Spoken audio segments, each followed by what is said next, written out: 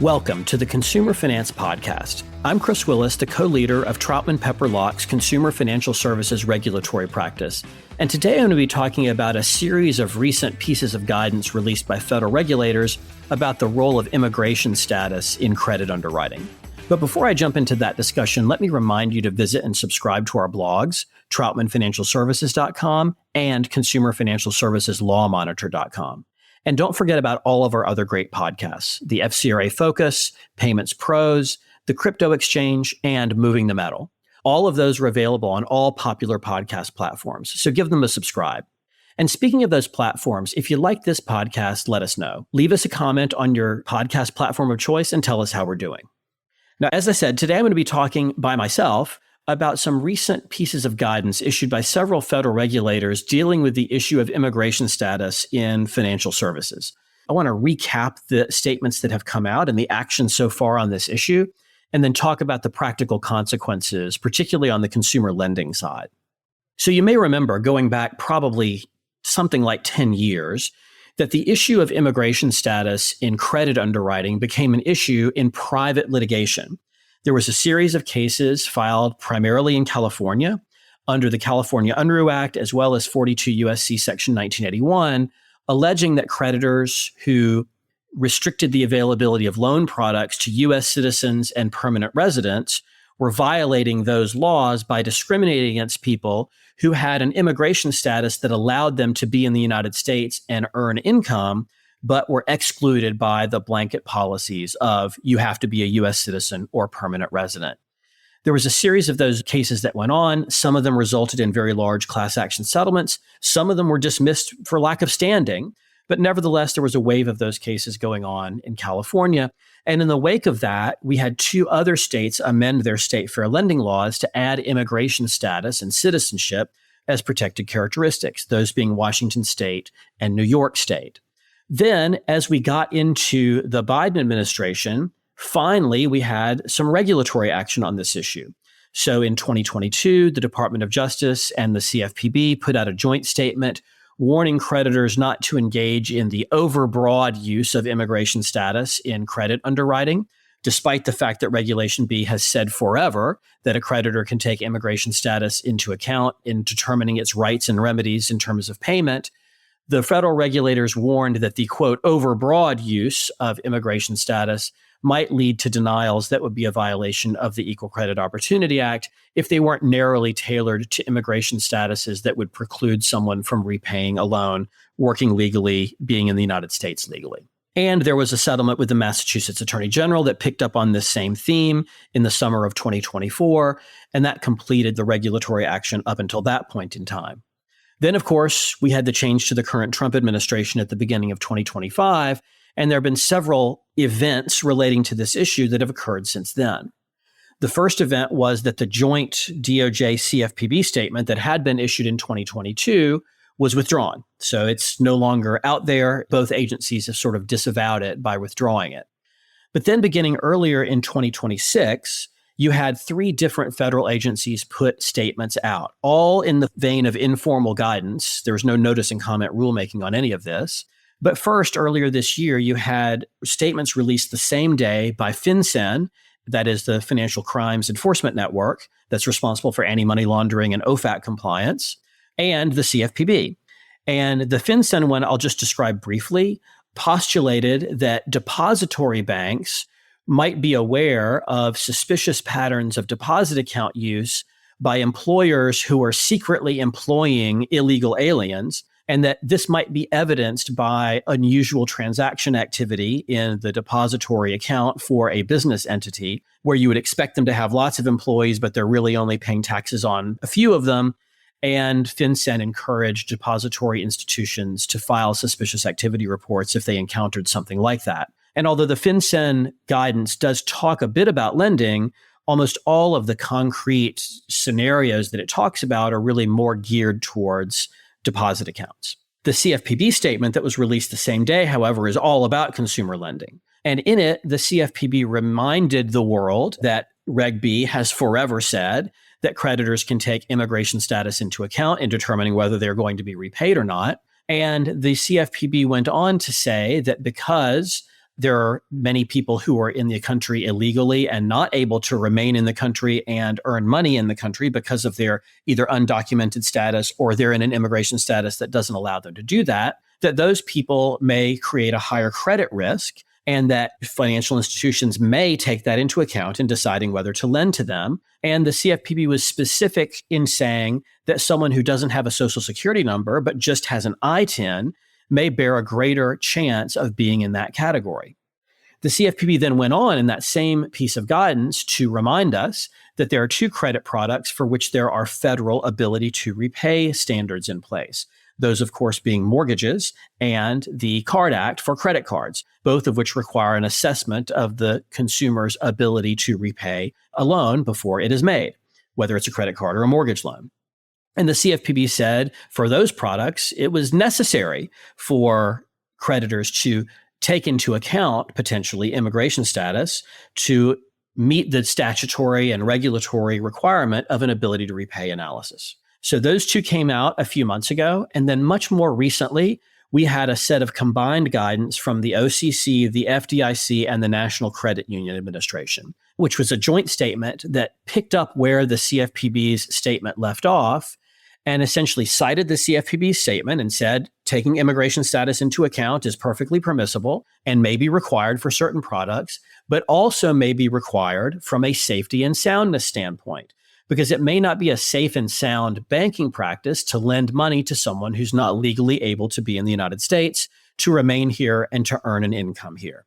So the federal banking regulators cautioned their respective supervised institutions about that issue, and further said that there might even be certain geographic areas or employers or industries that might be a greater risk of disruption based on immigration enforcement efforts of having a large number of borrowers affected and unable to repay their loans. And so the federal regulators stated that there might be excessive concentration risk in certain geographies or industries or with even certain specific employers.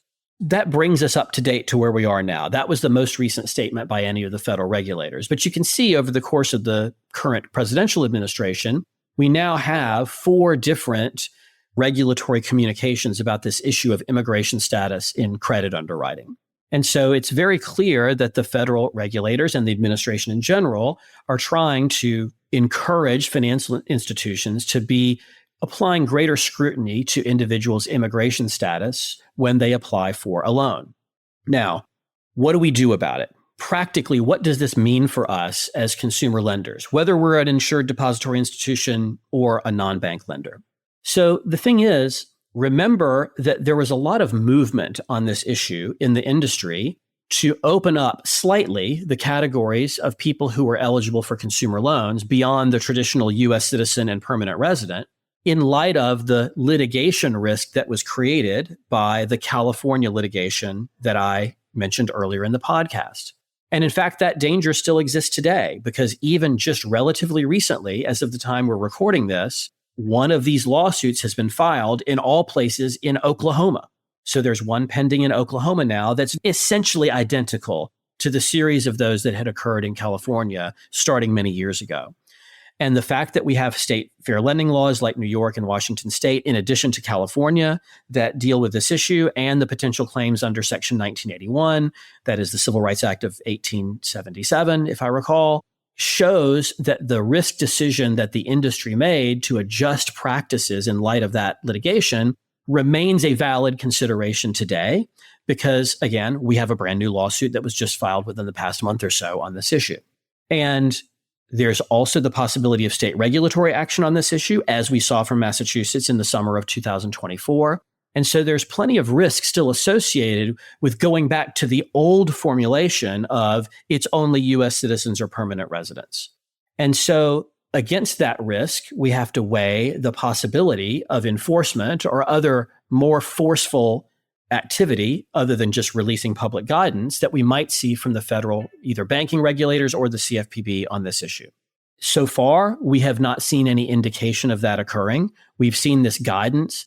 The guidance itself is not terribly specific or prescriptive. It just says, this is something you may need to take into account, or this is a risk you should study. But I think that it's likely that any credit risk, which would be relevant both to the ability to repay point that the CFPB made, as well as the safety and soundness point that the federal banking regulators made, would already likely have been taken into account by the credit risk departments of whatever institution you might be talking about.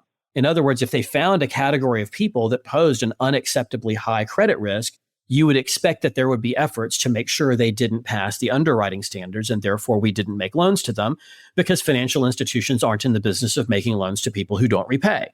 And so it seems unlikely to me that there is widespread lending to people who are in undocumented or illegal immigration statuses and who therefore pose a safety and soundness or ability to repay risk to whoever is doing the lending, that now need to be excluded from eligibility for loan products, because my guess is they either are repaying perfectly fine and the data shows them to be doing so, or they're not repaying and therefore they're not getting approved. Because remember, in order to get approved for a loan, you have to have, usually a credit file of a certain size and duration in order to have a credit score and pass, all the other underwriting criteria that financial institutions have put into place. So in general, I do think that these pieces of guidance are public statements that don't appear to me likely to have much practical impact on the real world of credit underwriting.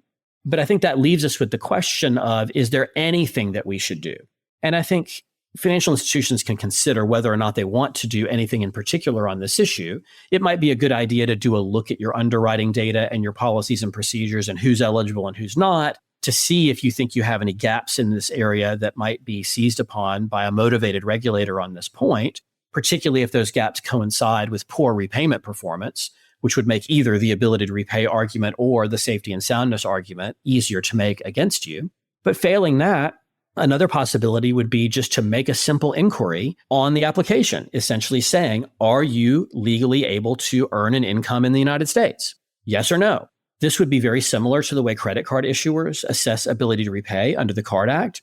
We've known for years that it's okay to gather someone's income in connection with a credit card application by just asking them and taking self-reported income and using that as the benchmark for ability to repay.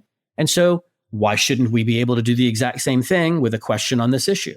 And financial institutions can decide if they think that a question like that might risk discouraging applicants, either from a business standpoint or from an ECOA standpoint in the future, or whether or not they think they can put that on there and it won't make any difference to the application flow because they think almost everybody who gets approved today would answer yes to that question. But my general feeling on it is I don't feel that this recent series of announcements by FinCEN, the CFPB, and the federal banking regulators are likely to require any significant operational changes for lenders because, as I said, I don't think there's lots of illegal, undocumented, or non-work authorized borrowers who have thick enough credit files to qualify for a loan, but nevertheless would be excluded by a immigration status related eligibility rule. I think the numbers of those people must be very small if they exist at all. So I wanted to just share my thoughts that I think there's a lot of public discourse about this, but that I think the operational impact on the consumer lending industry is likely to be very muted, if at all.